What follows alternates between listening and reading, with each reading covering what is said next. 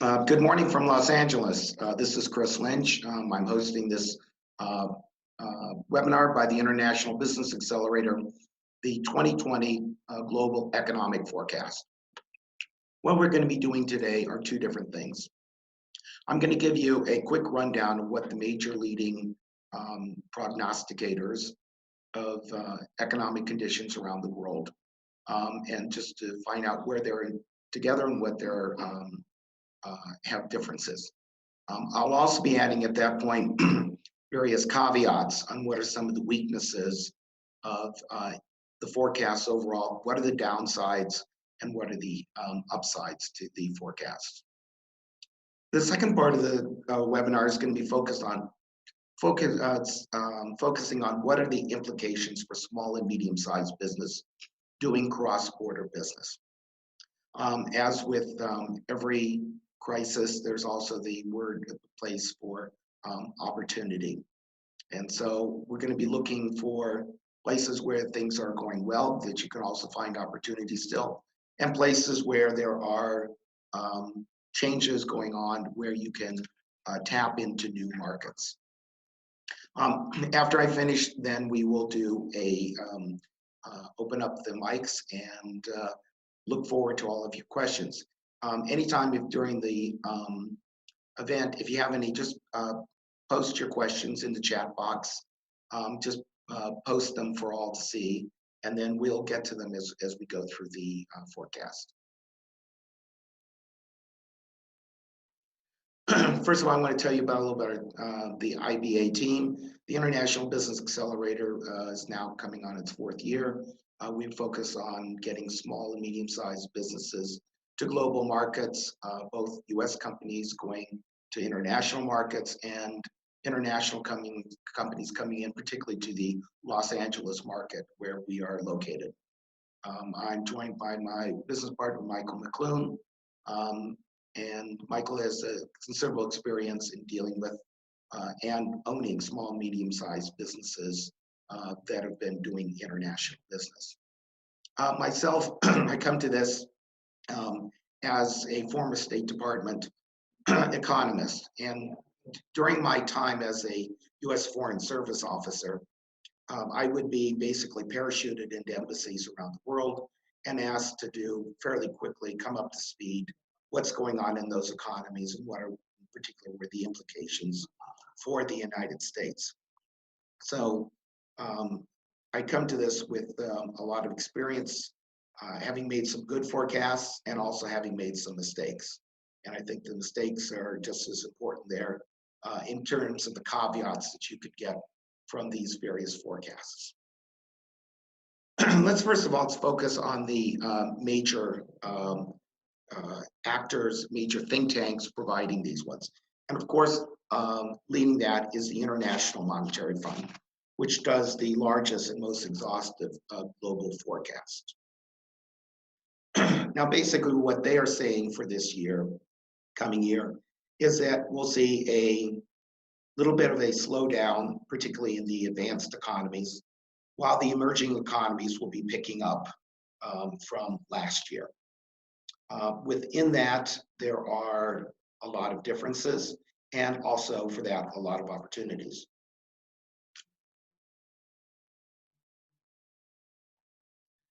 Here's a synopsis of what their findings, projections are.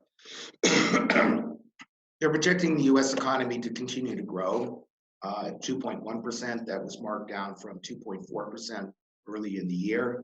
This is their November projections. The Euro areas does moderate growth, 1.4. Germany's still at 1.2, and it'd be interesting how they would revise that given the last couple of weeks. The UK, they still think that even despite the uncertainties over Brexit, they're still anticipating a 1.4% growth rate there. Looking around the rest of the world, Japan will continue to have measured growth, slight. China's growth still at 5.8%, but has been dropping off over time as the economy matures, and also as it faces headwinds in its export-led development strategy with trade barriers in the United States. The new sort of star on the international market for growth for the large economies is India, which is projected to grow at almost 7% next year. It's a vibrant economy, lots going on there, and those who have done business there know it's also a complex market to enter into. Latin America continues to grow slowly. We'll go into some of the reasons for that later on. The Middle East, North Africa areas is continuing to grow 2.7%, largely based on some recovery in oil prices. One of the areas, and we're going to come back to this at the end of the webinar, is Sub-Saharan Africa, which continues to grow at a very good rate. And within that, we'll look at some regional differences. There's some real opportunities for small and medium-sized businesses there. Now, this is some of the things that the IMF has been focused on. You can see that global growth has been trending downward, that it's been largely following a drop in industrial production, manufacturing export orders, total manufacturing orders, and also global retail sales volume growth. They're following similar patterns. It shows a slowdown internationally. Let's contrast this with the OECD. When I was at the State Department, I did a number of economic studies with the OECD as part of the U.S., joining the U.S. delegation there. And overall, it's projecting a 2% growth for the U.S. economy. Again, it marked it down from earlier in the year. The Euro area is about the same. Germany, they're not as, they're more concerned about what's going on in the economy. Instead of marking down from 1%, it's actually 0.4%. And also they're less optimistic about what will be going on in the UK, simply because of the uncertainties over Brexit. The numbers for Japan, China are similar. India, a little less bullish. It does have some interesting numbers though for Latin America, breaking it out to Mexico, showing moderate growth this year after a difficult year in 2019. And Argentina still is working on coming out of its own recession. Let's look now. I want to delve a little bit more into the U.S. market, what's going on, some of the numbers behind it. The U.S. continues to be the large growing market around the world. And so let's look first of all what the Chicago Fed is looking forward to it. 1.9% growth, even lower than the other two, the IMF and the OECD. And they're looking for a slowdown in business fixed investment, although there would be a slight increase in residential real estate investment. And overall, it's projecting a slightly larger trade deficit coming into next year. Simply, I think what they're doing is forecasting some resumption of trade between the US and China as at least temporarily halt these latest rounds in the trade war. As we saw this past weekend, President Trump has come out with an interim solution. We'll talk a little bit about what that actually means, nuts and bolts for US exporters.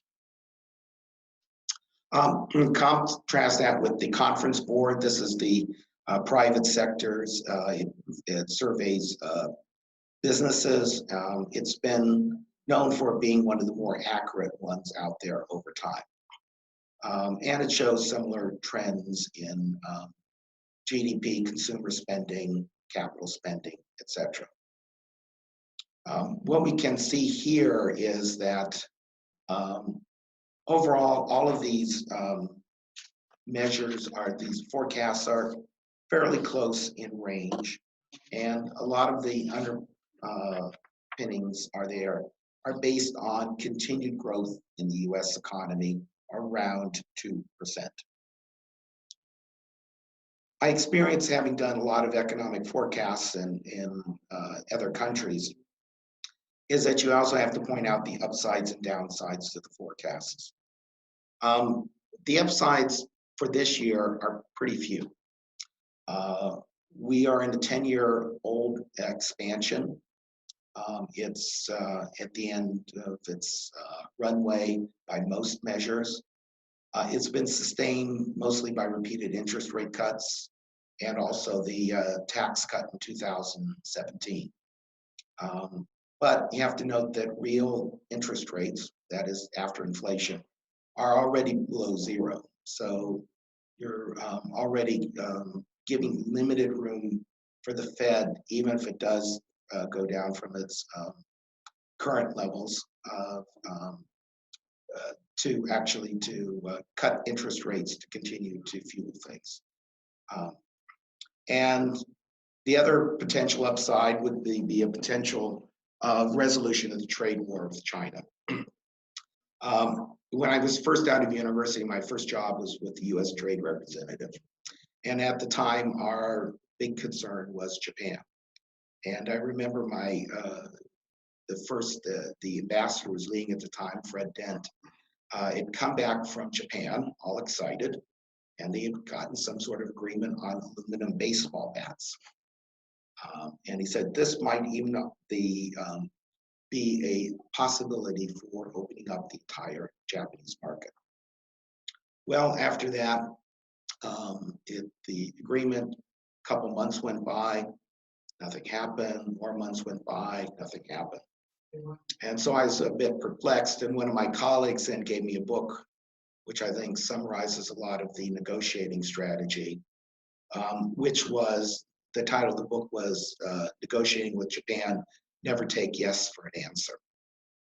So you may have agreements. The question is, how far do they go? In my opinion, this phase one agreement doesn't go very far. The phase two part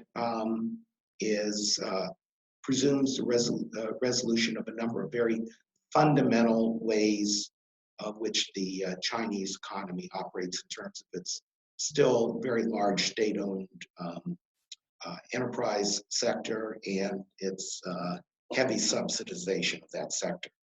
So I think that, and then also too, I think the Chinese realize that they have, they're not facing elections. President Trump is, so that gives them the upper hand in the negotiating strategy. So I rate it as highly unlikely that there'll be any sort of resolution of the trade war with China. Potential downsides, and there's a lot more of those.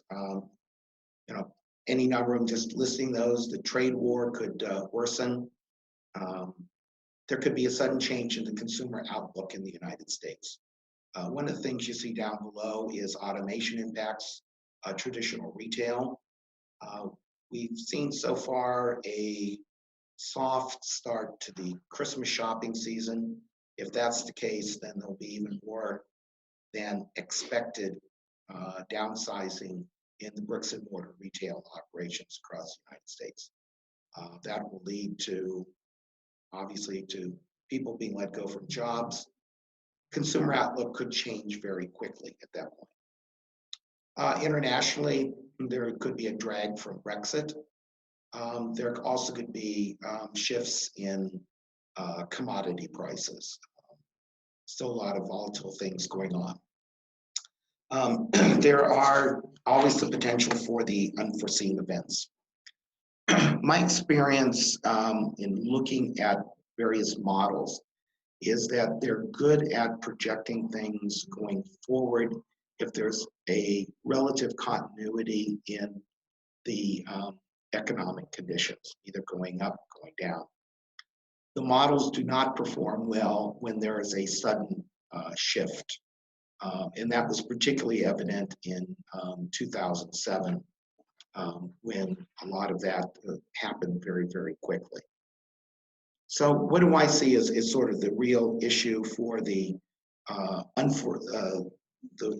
thing to look out for in the US economy, and that is that we saw the last two recessions were resulted of bubbles. In 2000 with the tech bubble, in 2008-9, it was the real estate mortgage bubble.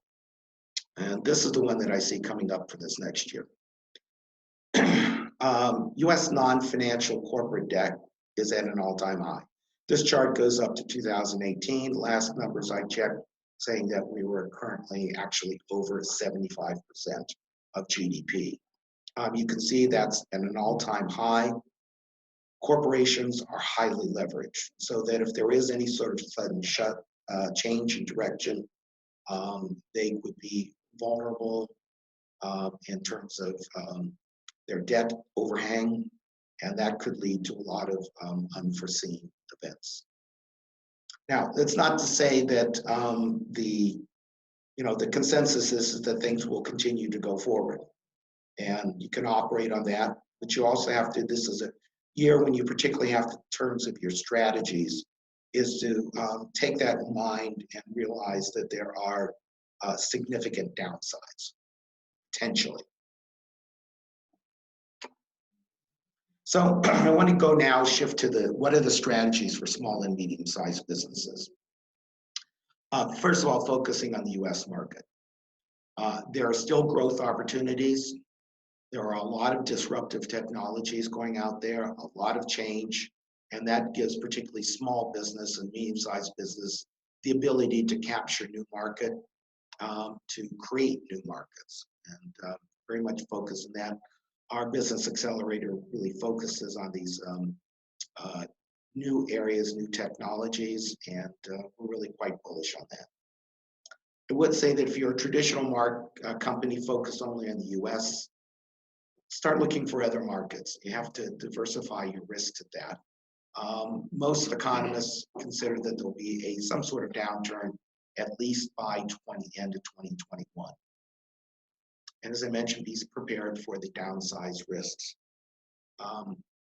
I was reminding today about thinking about 2007.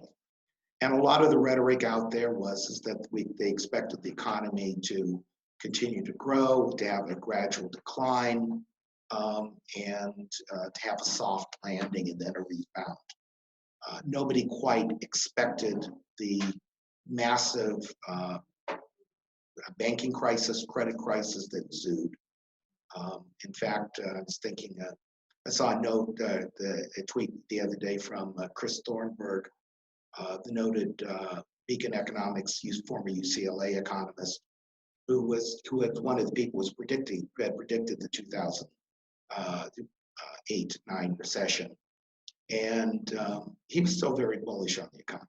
So it can be that way, but you just have to be prepared for downside risks in this economy. And just because you hear things are going well doesn't mean that there aren't those risks out there. Let's start looking globally now. Let's first of all, just some general comments about Europe. In the continent, there'll be a relatively flat market, anywhere from 0 to 1.5% growth. There are always opportunities in flat markets, particularly for new technologies coming in, disruptive technologies. In the UK, there will be uncertainties after Brexit. There are, however, because of that, and because the pound continues to remain relatively weak, there are really some good investment opportunities. In the Business Accelerator, we're working with a company that's making an investment in the UK, and not only has it turned out to be a good time to do it, but the British authorities are very eager to seek investment at this critical point. I will point out that throughout Europe, there's a very, very strong innovation economy. There's all kinds of new companies, ideas, technologies coming out from around the region, country after country. And that's where I would be looking, particularly if you are a small, medium-sized U.S. exporter to look to maybe to team up with some of these new companies, these new technologies that are available in that region. Asia is a more complex picture. Japan's a flat market. It has a significant demographic drag. There are literally fewer Japanese every year than the previous years. The population is declining. And that's really been hard for them to gain any sort of continued economic growth. It's one that's been continuing for going on 20 years. China, market's slowing. It's still a huge growth, 5.78% in a really large economy. There will be, because of the external pressure, some pace of reforms. They've recently announced changes in their intellectual property rules, and also in opening up some of their sectors, for example, financial services to outside investment. But overall, I don't see China making many gains from a U.S. trade agreement. It should be noted too, China's also hitting its own demographic wall. The one-child policy is finally starting to show up. The population growth is slowing. It'll be heading into negative territory in the next decade. And actually starting in 2021, the average age in China will exceed that in the United States. As I mentioned before, the bright spot that the new leading growth economy is India. It's projected to have a number of years of very good growth. It's opening up its economy in many ways. And overall, it provides a lot of good opportunities. Our experience, though, is that you'll need to have a good local partner to work with. Negotiating, they're very good negotiators. So it's one that offers opportunities. You're going to have to work a long term to establish yourself there. Now, the beneficiaries of the U.S.-China trade dispute will be Vietnam, Indonesia, Malaysia, and Thailand. Will really benefit from the supply chain realignment. And what's happening is that a lot of the mid-sized companies, the mid-level manufacturing in China, and that's been hit by the first round of U.S. tariffs, which have not been lifted, still face 25% tariffs. Those go in to a lot of the U.S. supply chain. And the Chinese investors are looking to locate in other countries, but also you can see that international investors who have operations in China will probably be looking to locate in those areas. So those areas should have relatively good prospects over the coming years, and they'll have new markets and the ability to work themselves up the technology change. Latin America, you saw that there was a slow growth. Actually tomorrow the House is supposed to, or Thursday, the House of Representatives is supposed to vote out the bill of approving the U.S. participation in NAFTA 2.0, the U.S. Mexico trade agreement, U.S.-Mexico-Canada trade agreement. My analysis is that looking at the new content, there'll be little impact from the new agreement. There will be some increase in auto production, particularly by American-based companies. And you have to bear in mind, there's only a 3% tariff coming into the United States. So there's not a lot of incentive to reorient your trade lines, your supply line in order to qualify for what's only a 3% tariff. Canada, with respect to Canada, they have opened up part of their dairy market to the United States. That'll be a plus there. There is better intellectual property requirements under the USMCA, as are there's digital services, which didn't exist in 1992 when we signed NAFTA. Brazil will be coming up, rebound after recession the last couple of years. Some good opportunities. There's always a question if, when Brazil will be opening its markets to global trade in a meaningful way, and ditto with Argentina, which is still in the throes of recession. For the Middle East and North Africa, it's an area that's tied to oil prices. Most projections are that prices will remain flat through 2020. There are a lot of opportunities in countries for U.S. small exporters, small, medium-sized exporters around the world, for new kinds of products and markets as these economies are trying to diversify their economies away from oil. Significant new investment projects, looking for new technology in Saudi Arabia, the Gulf Coast GCC countries. So that's an area that's definitely worth pursuing there. And lastly, in terms of sub-Saharan Africa, this is an area that should be more and more on your radar screen. The oil exporting countries, primarily Nigeria, will have limited growth, limited by oil prices. South Africa still has a lot of its own internal issues going on. East Africa is a place that has had continued strong growth, has been one of the leaders globally over the past decade. And it's an area that I think bears a lot of careful consideration. What's happened in Africa, some degrees in Southeast Asia and Latin America, is that mobile phones have enabled countries to skip whole stages of economic growth. They don't need the telecommunications infrastructure. They don't need the kind of IT development and so forth to move information around. And it just made tremendous growth possibilities. And as a result, we're seeing a lot of growing innovation centers around the region. And I'll talk a little bit about that as we wrap up.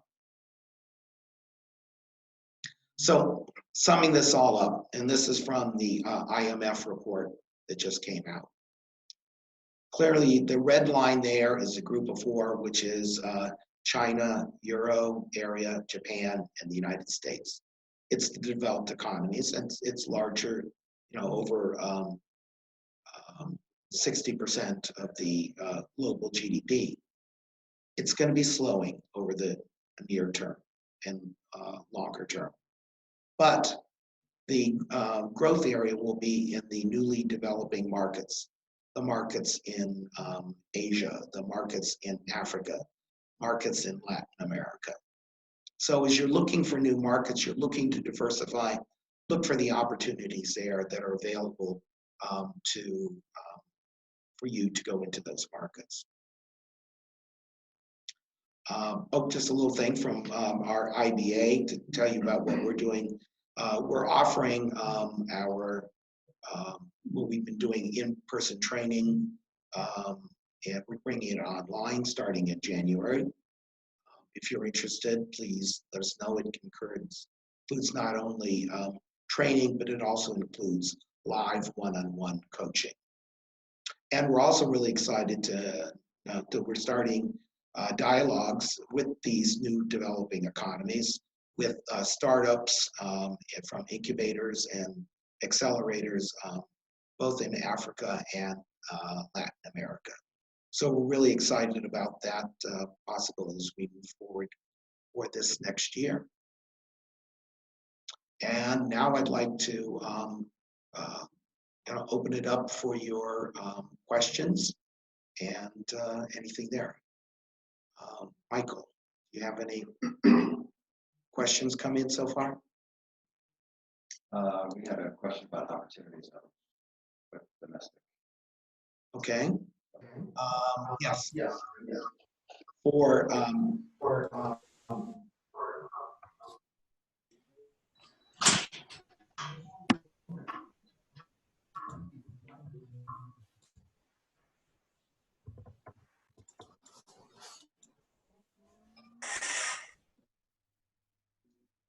okay, so if we're looking at domestic opportunity zones, it's an area that we have been involved with making a number of proposals. And this is an area where foreign investors can come in, work with domestic investors, or domestic investors can set up operations in areas that are been under older areas that need to be redeveloped. There's a lot of good possibilities there. If that's of interest to you, we have worked with a number of companies on moving that one forward.